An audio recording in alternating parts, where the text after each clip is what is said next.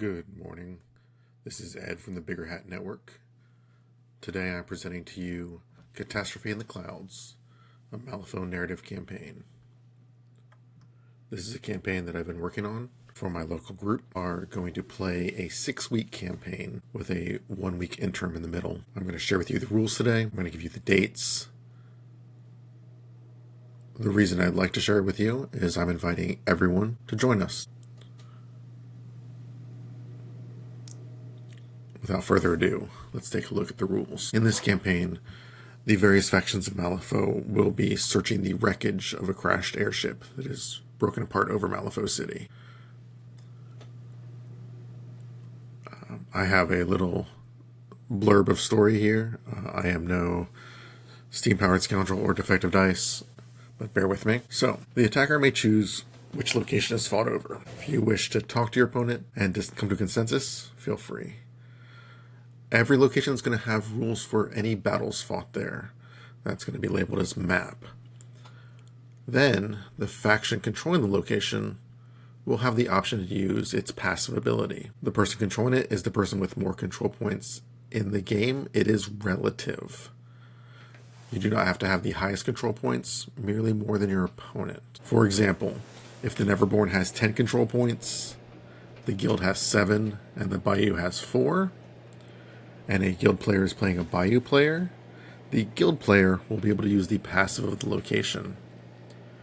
In addition, they may choose to not use that passive, but instead use the passive of any location that their faction controls. Every location is assigned to one of the 8 factions. If there is a tie for controlling the location, the faction that has been assigned to it will retain control. Finally, each week, the player with the highest control points at each location will score 1 to 5 victory points for their faction. Victory points are merely to determine story events. So, when you fight at a location, a win nets you 3 control points, a tie nets you 1, and a loss gives you -1 control point. However, you do get +1 point if you want to share something from the game, whether it be a highlight from one of your models or just something funny that your opponent said. You're going to submit the results via Google form. After the first 3 weeks, I'm going to review the results. I will expand the story. This is also going to coincide with Valentine's Day week, so I will give everybody a little bit break to spend time with their loved ones. So after that 4th week, we'll come back, do 3 more weeks, and then I'll do a conclusion. After each week, I will tally up the control points. I will update the location control. Some abilities may change. Some points may change. It's going to evolve. One of the reasons why I want your email when you submit the Google form is I may reach out to you. If you are dominating, say, the observatory, I may reach out and ask you, what is your goal there? What do you want to see there? And so you are going to have an impact and a voice in this campaign. If you have any questions, you can email me at ed.biggerhatnetwork@gmail.com, and then the winner of the game can submit results at the link provided. So the first location, the breach, worth 2 victory points and under guild control. Map ability. Every time you play at the breach, unstable souls. When a model spends a soul stone, after resolving the action, flip the top card of your deck and resolve one of the following effects. You may not cheat this. On a ram, models with impulse 2 of this model gain burning +1. Tomes, draw the revealed card and then discard a card. Crows, this model gains injured +1. Masks, gain a soul stone. The passive ability. If you are currently controlling the location, at the start of the game, you may choose another location's passive ability that you do not control and apply it to this game. The Ruined Observatory, 1 point, controlled by the Explorer Society. When setting up the terrain, the defending player may place a building no larger than 4 inches by 6 inches on the center line of the map. This is the Ruined Observatory. Models within Aura 6 of the observatory gain positive flips to resist willpower duels. If you control this location, at the beginning of the game, attach the following upgrade to one of your non-master models. The future is now. At the start of this model's activation, it may look at the top 3 cards of either Fate deck and discard 1, returning the other 2 in any order. The Hanging Tree, 4 victory points. Outcasts. When setting up terrain, place a height 5 blocking 50mm base at the center point to represent the Hanging Tree. If it cannot be placed due to the strategy, the defending player can adjust it along the center line to a legal placement. Models ending their activation with an Aura 6 of the Hanging Tree must pass a Movement 13 duel or push 3 inches towards the tree and gain staggered. If you control it, you have access to Khan. Your models gain the following ability: Demise. After this model is killed by an enemy model, that model gains adversary enemy. The Governor General's Mansion, 3 victory points, Neverborn control.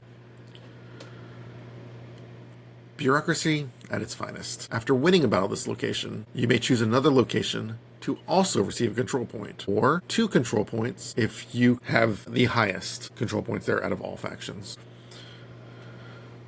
The passive, Raid the Armory.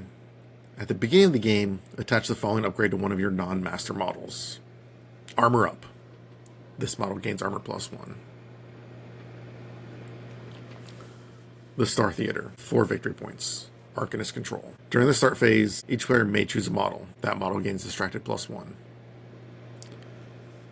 Passive. At the beginning of the game, attach the following upgrade to one of your non-master models. Don't Mind Me. You may take the interact action while engaged, or if you've taken the disengage action this activation. Industry Station, 2 victory points, 10 Thunderous control.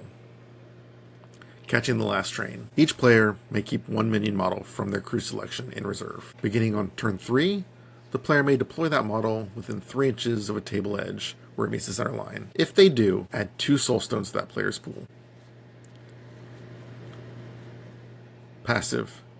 At the beginning of the game, attach the following upgrade to one of your non-master models. Mind Soulstone. At the start of this model's activation, it may gain stunned. If it does so, add 1 soulstone to this crew's soulstone pool.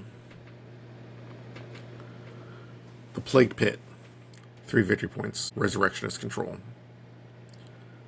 At the start of the game, each player drops a 50mm destructible, hazardous, poison +1 marker anywhere not in the opposing deployment zone. These markers will count as corpses for both players, and if they would be removed, instead the active player pushes them 4 inches. Passive.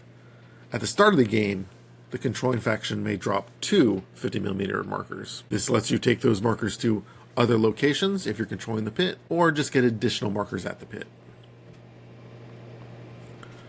Finally, we have the Crash Site, 5 victory points, Bayou control. There are no special rules for this map. This is the main area where the ship is crashed, where the majority of the debris is. There will be rules added, and they will change based upon the actions of the players. However, if you control the location, at the beginning of the game, you attach the following upgrade to one of your models. Arcane Shield +2. During the start phase, you gain Shielded +2.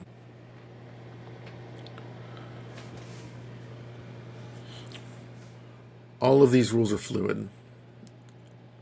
Not all of them are going to be equal in power. And that's not what the point of this is. The point is to have fun, make our games interesting, and at the end, tell a story.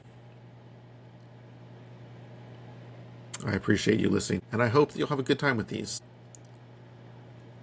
Please reach out with any comments or questions. Thank you.